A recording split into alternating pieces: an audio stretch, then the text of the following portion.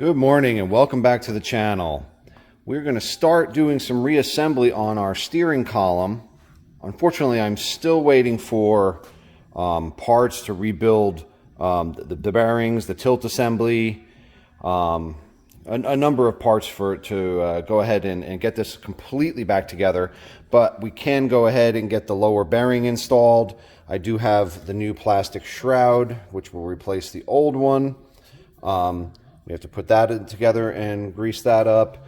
We can put this aluminum assembly back inside that the tilt then mounts to, as well as the locking plate that gets fastened into place with. After looking around online, I'm going to go ahead and use Super Lubes synthetic grease. It's a grade 2 grease, which basically would put it on the same level of thickness as something like your typical bearing grease, but found that from some reading that a lot of times the bearing grease isn't good for plastic. So like on the steering shaft here, where this assembly here is plastic, this has the same properties in terms of it's got good retention of shape. It doesn't melt or liquefy over time.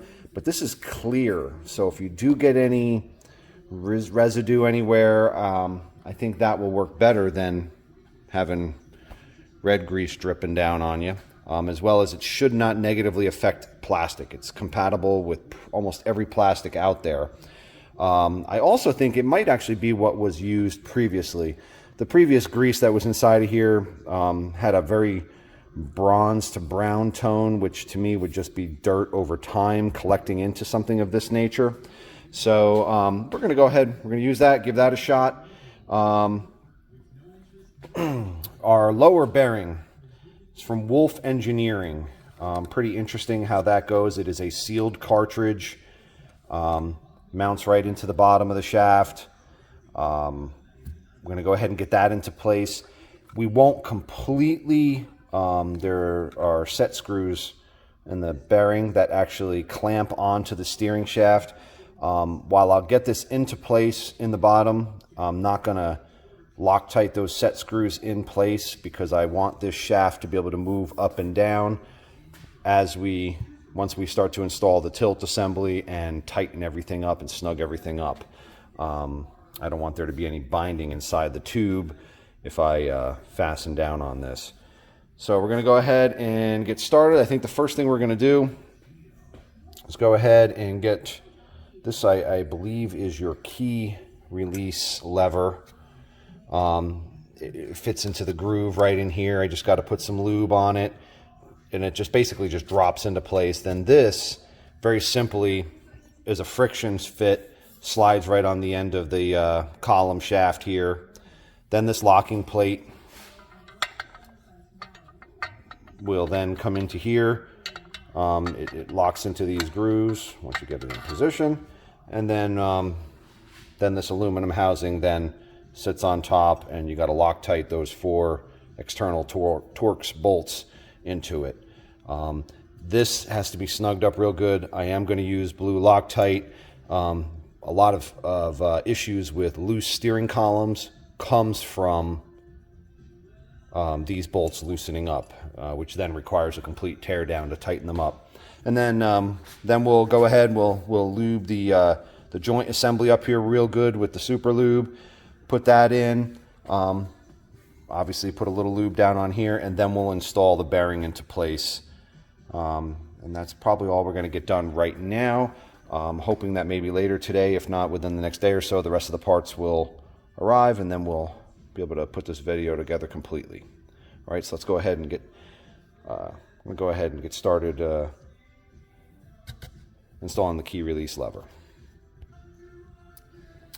All right, so I put some of the grease into the plastic housing. Now I'm going to go ahead and put some on this. This unit slides back and forth. What's also nice about this grease is just like your regular grade 2 grease, it will also help hold pieces in place. This was pretty well coated with grease when I took it out, so I want to make sure that it's pretty well coated again.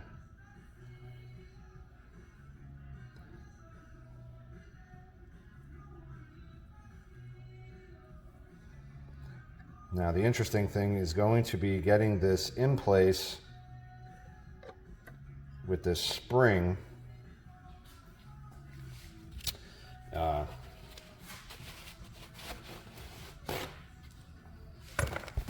a spring in here. So we do have a spring right there. That's got to get down into this groove, and then this piece in the back will fit right into there, and then that'll drop right in. Then the spring basically is what obviously pushes it back into its neutral position or its locked position.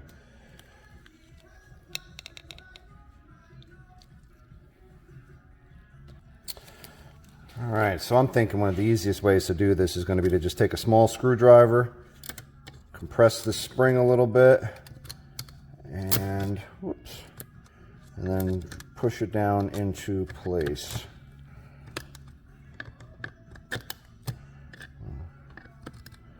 Tell you, see how lucky I am if that works.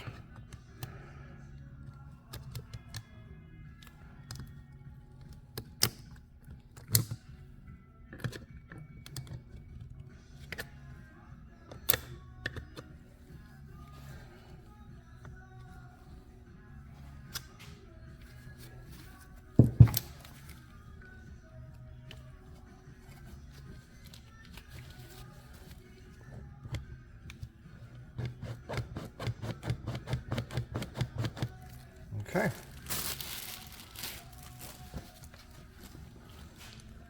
All right, that's in place. As you can see, the spring is down in the cavity there where it's supposed to be. Got plenty of lube in there, moves nice and smooth. Next thing we're going to do is put that right on the end of the steering shaft. Or I should say the shaft housing, the column housing, excuse me.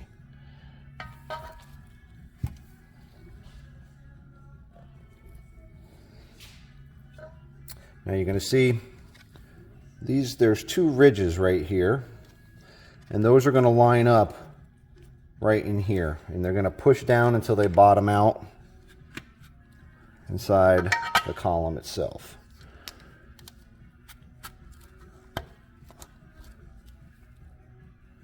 Let's see, are we on all the way there? Almost.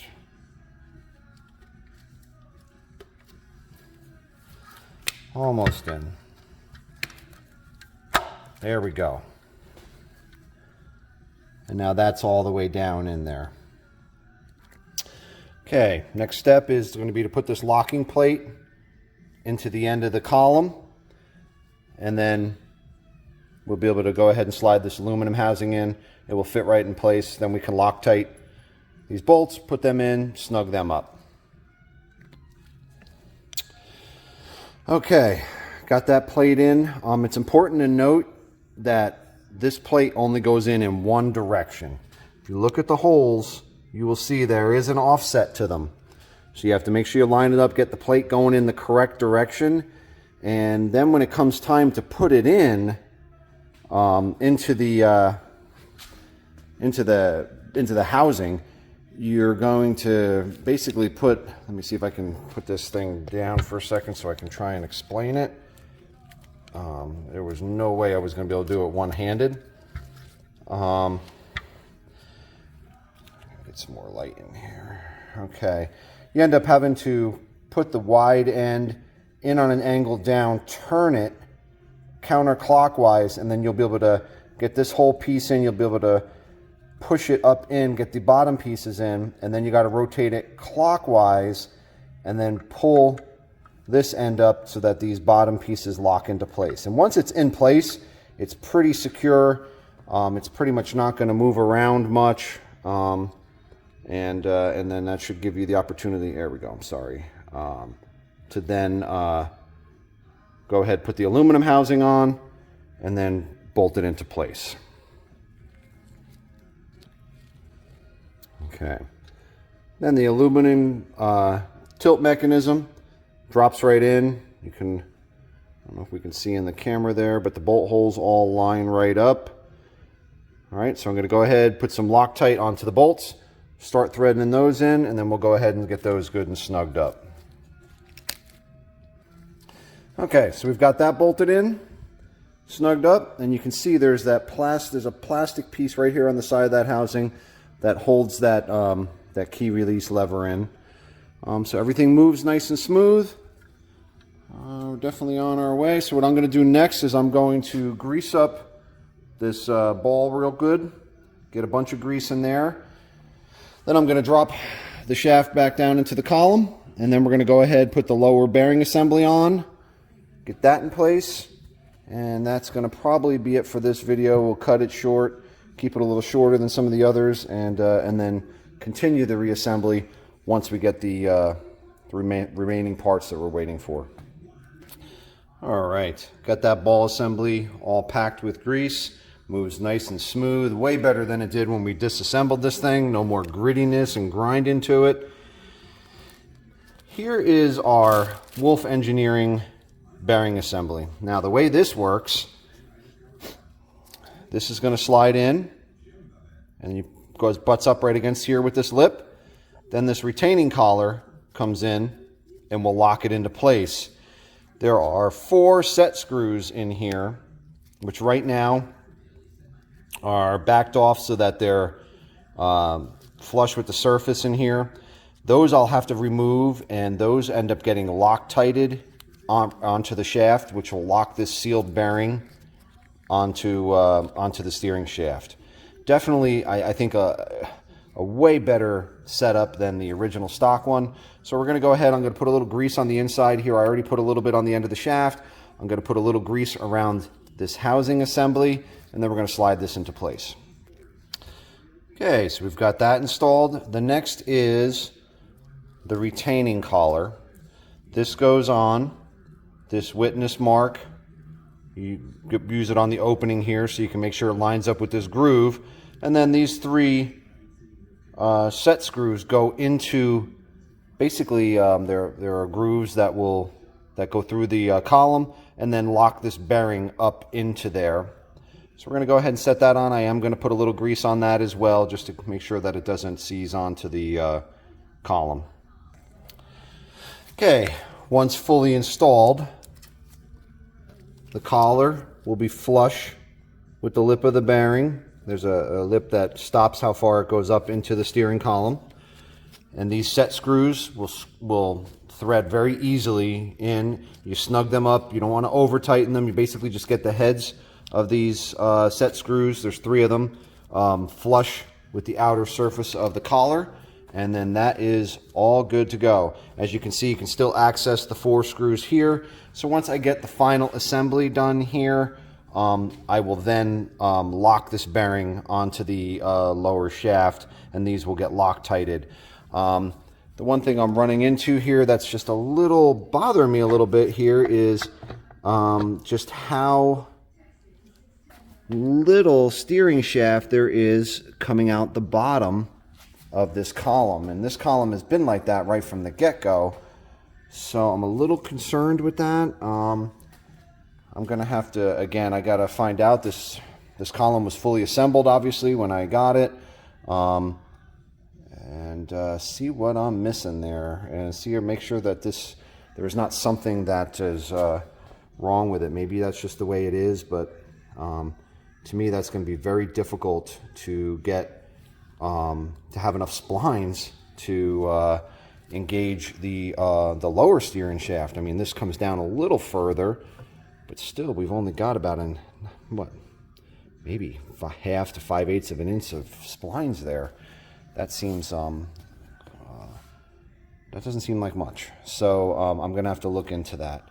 But I'm going to end this video here. When I get the rest of the parts to finish the rebuild, we'll go ahead and do that. I'm going to do some research on this shaft and make sure that there's not a problem with this shaft, if that's correct, or if it's just something that will fall into place once this all gets assembled.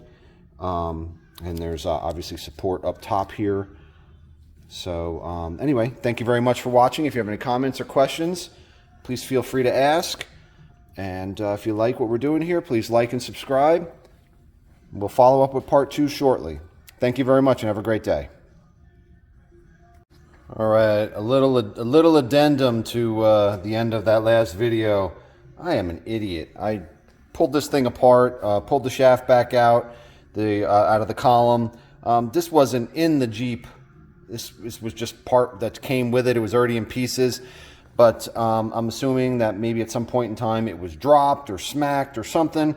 But anyway, the shaft that's inside of here is a two-piece shaft, and it's got a slip joint basically. And bottom line, I gave it a real good pull, and the slip joint extended out. And as you can see now, my shaft there is plenty long enough for the lower shaft to slide onto, and then have the locking bolt go into place. So if anybody ever is in the same boat, they see that the shaft on theirs is too short. If it came out of an operating vehicle, chances are that probably will not happen. But if it had been laying around, there is a good chance that, bottom line, the shaft inside, the coupler that's in there, might have kind of collapsed on itself a little bit. Anyway, thank you very much for watching again, and we'll see you for part 2.